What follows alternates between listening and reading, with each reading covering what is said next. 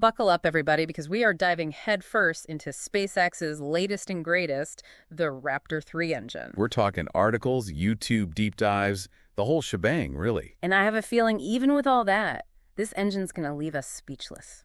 You hit the nail on the head. What's incredible about SpaceX is, well, their utter fearlessness. Right. They're not just dipping their toes in the cosmic ocean. No, they're building the whole darn cruise ship. You got that right. And a Raptor 3. It's like their latest, most extravagant suite on that ship. This thing's being hailed as the most advanced engine ever made, built to rocket Starship to the moon, to Mars, you name it. Now that's a vacation. And get this, it's not just flashy marketing. We're talking a quantum leap in engine tech. The Raptor 3 is leaner, it packs more punch, and hold onto your hats, it might not even need a traditional heat shield. Wait, back up the racket a second. No heat shield. How's that even possible?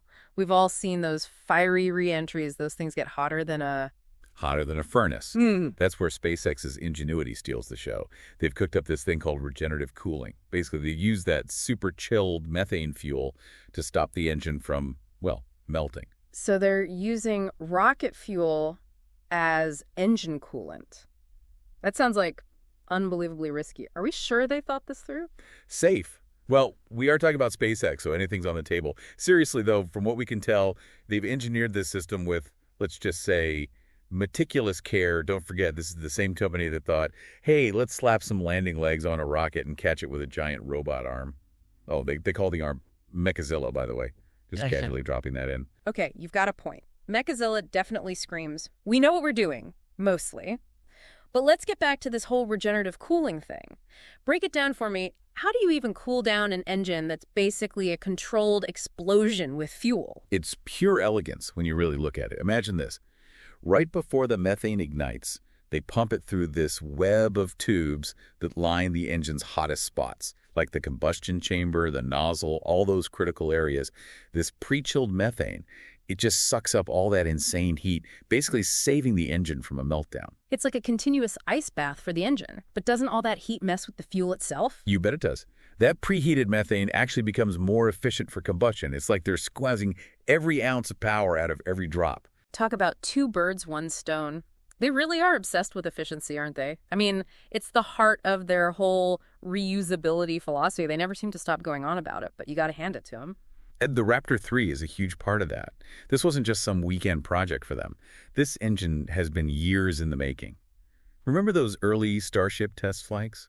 The ones with the, shall we say, less than graceful landings. Oh, you mean the ones that kept exploding? Those were must-see TV. Those were all part of their grand scheme to gather data and refine their designs. It was all part of the plan. They're the embodiment of that whole learn from your mistakes mantra. Or maybe for them, it's more like learn from our rapid, unscheduled disassemblies. Precisely. That try, fail, learn, repeat attitude is what's brought them to where they are today. Right on the edge of a whole new chapter in space travel. It's mind-blowing when you really think about it. They went from basically strapping a rocket to a metal tube to building this insanely complex, crazy powerful engine. And it's not just about brute force. One of the things that makes the Raptor 3 such a game changer is how they're putting it together. We're talking 3D printing on a whole new level. Oh yeah, we have to talk about the 3D printing aspect because that's some seriously cool stuff. They're basically printing out major engine parts, right? Like how do you even 3D print something as intricate as a rocket engine? It's revolutionary, really. Imagine creating these wildly complex designs with internal channels and structures that traditional manufacturing could only dream of. That's 3D printing, or additive manufacturing, for the purists out there. It's like they're printing out rocket engines like they're fancy coffee mugs. But seriously, what's the real advantage of using 3D printing for this kind of thing? Well, for one, it lets them create parts that are lighter but stronger. The Raptor 3's got this crazy, intricate design thanks to 3D printing. They're basically making the most of every ounce of material. Which means more payload, right? The more you can carry, the farther you can go, and the cheaper it gets to get there. It all circles back to their whole making space travel affordable thing. Bingo. It's all connected. And here's another kicker. 3D printing means SpaceX can crank these engines out way faster than with traditional methods. So faster production, lighter but tougher engines, and they're doing it all in-house. No wonder they're turning the space industry upside down. It's a whole new game, really. They're not just breaking down walls, they're bringing in the wrecking ball. And just so we're clear, we're not talking about some dinky little engine here. This thing is an absolute monster. You said it. We are talking over 617,000 pounds of thrust from a single Raptor 3 engine. Okay, I got to wrap my head around that number for a second. 617,000 pounds of thrust. That's got to be like strapping, what, 20 fighter jets together and just pointing them straight up. That's a pretty wild image, but you're not far off. Now, picture this. 33 of these engines, all firing at once, blasting Starship into the great beyond. 33? You're kidding, right? Why on earth would they need that much power? Because they've got their sights set way beyond low Earth orbit. They're talking moon, Mars, the whole 9 yards. And to pull that off, you need serious horsepower, and that's where the Raptor 3 just blows everything else out of the water. We're talking a potential liftoff thrust of 10,000 tons. Hold on, 10,000 tons. To put that in perspective, how does that stack up against, say, the Saturn V rocket, the one that took us to the moon? It's honestly not even a fair comparison. The Saturn V, as amazing as it was crazy expensive. Completely disposable talk about wasteful and, well, pretty limited compared to what Starship with its Raptor engines is shooting for. So it's not just about raw power, it's about efficiency, doing more with less. This is like comparing a horse and buggy to a Tesla. You got it.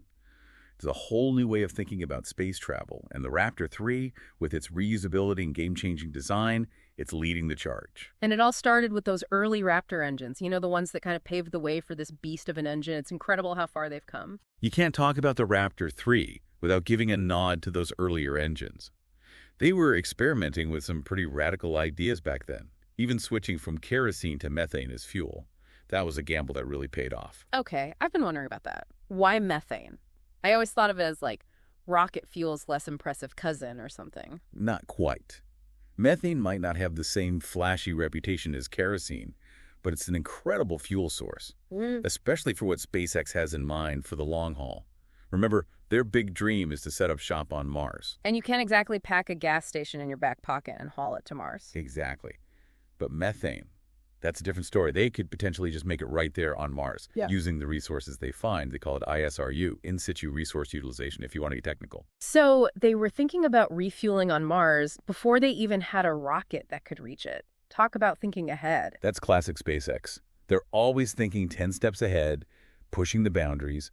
And that's how they ended up designing an engine specifically optimized for methane. And it's not just the fuel, it's that whole reusability thing again. They even want to catch those massive, super heavy boosters. The first stage of Starship with those Mechazilla arms, it sounds like something out of a movie. It's wildly ambitious, no doubt. But if there's one thing we've learned about SpaceX, it's that they love a challenge. And that goes for their whole development process. You remember those early Starship prototypes? The ones that didn't quite stick the landing? You kidding? Those were must-watch events. It was like a live science experiment, explosions and all. Exactly.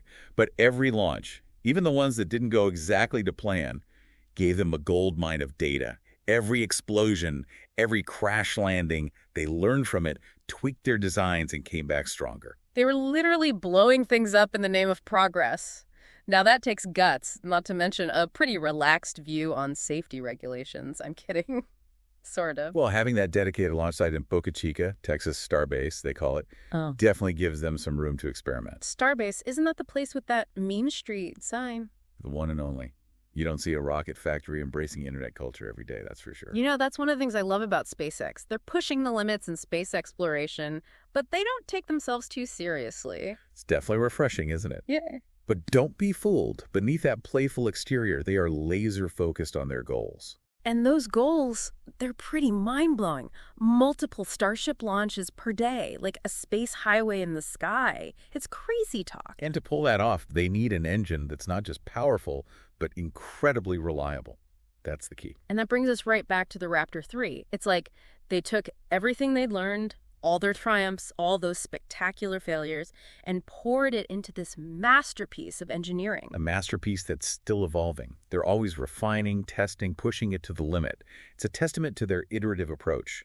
Don't be afraid to break things, try new things, and keep pushing the boundaries of what's possible. It's like they took Silicon Valley's move fast and break things motto and launched it into space. Risky, maybe a little, but man, is it exciting to watch. They're not just building rockets, they're building the future. And I, for one, am here for it. And they're doing it at a pace that's got the rest of the industry playing catch-up. Think about it. From their first Falcon 1 launch back in 2008 to testing the most powerful engine ever built, all in about 15 years. That's unheard of in aerospace. It's mind-blowing when you put it like that. But it's not just about breaking speed records, is it? This is about something much bigger. You're right. SpaceX isn't just about launching satellites or sending a handful of astronauts to the ISS. They're talking about making space accessible to everyone, not just governments and billionaires. Cities on Mars, lunar bases, space travel, as common as hopping on a plane, that's their end game. It's a vision that speaks to that adventurous part of us, that human desire to explore, to push the boundaries. I mean, who hasn't looked up at the stars and felt that sense of wonder, that pull of the unknown? It's a universal feeling. And SpaceX is tapping into that. They're making those dreams feel a little less distant. Let's be real for a second, though. Not everyone's on board with this whole Mars colonization thing. There are plenty of folks out there who think Elon Musk's plans are, well, let's just say a little ambitious. Oh, there are always skeptics. But SpaceX has a way of proving them wrong, don't they? They've already done things that most people thought were impossible. Remember when landing a rocket upright was pure science fiction? And now they're practically plucking them out of the sky. It's true. They do seem to have a knack for turning science fiction into reality. And the Raptor 3 engine is a perfect example of that.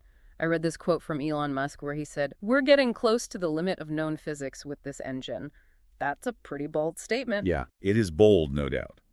But when you look at what they've accomplished in such a short amount of time, it's hard to dismiss it entirely. They're constantly pushing boundaries, challenging our assumptions of what's possible. So where does it all lead? Will the Raptor 3 be the engine that finally takes us to Elon Musk's multi-planetary future? Will we be booking flights to Mars alongside our summer vacations? Those are the million-dollar questions, aren't they? We don't have a crystal ball, but one thing's for sure, SpaceX is changing the rules of space exploration right in front of us. Challenging the status quo, pushing innovation further than ever before, and inspiring a whole generation to dream bigger. And whether they hit every target they set or not, their journey is a powerful reminder that humanity's thirst for exploration is alive and well. It's a reminder that the impossible is often just a stepping stone to the extraordinary. And on that note, we'll leave you with this. If a company like SpaceX can go from a small startup to pushing the very limits of rocket science in a little over a decade, what seemingly impossible dreams are within our grasp? What boundaries are we holding ourselves back with? That's something to think about. Thanks for joining us for this incredible deep dive. Until next time, keep looking up.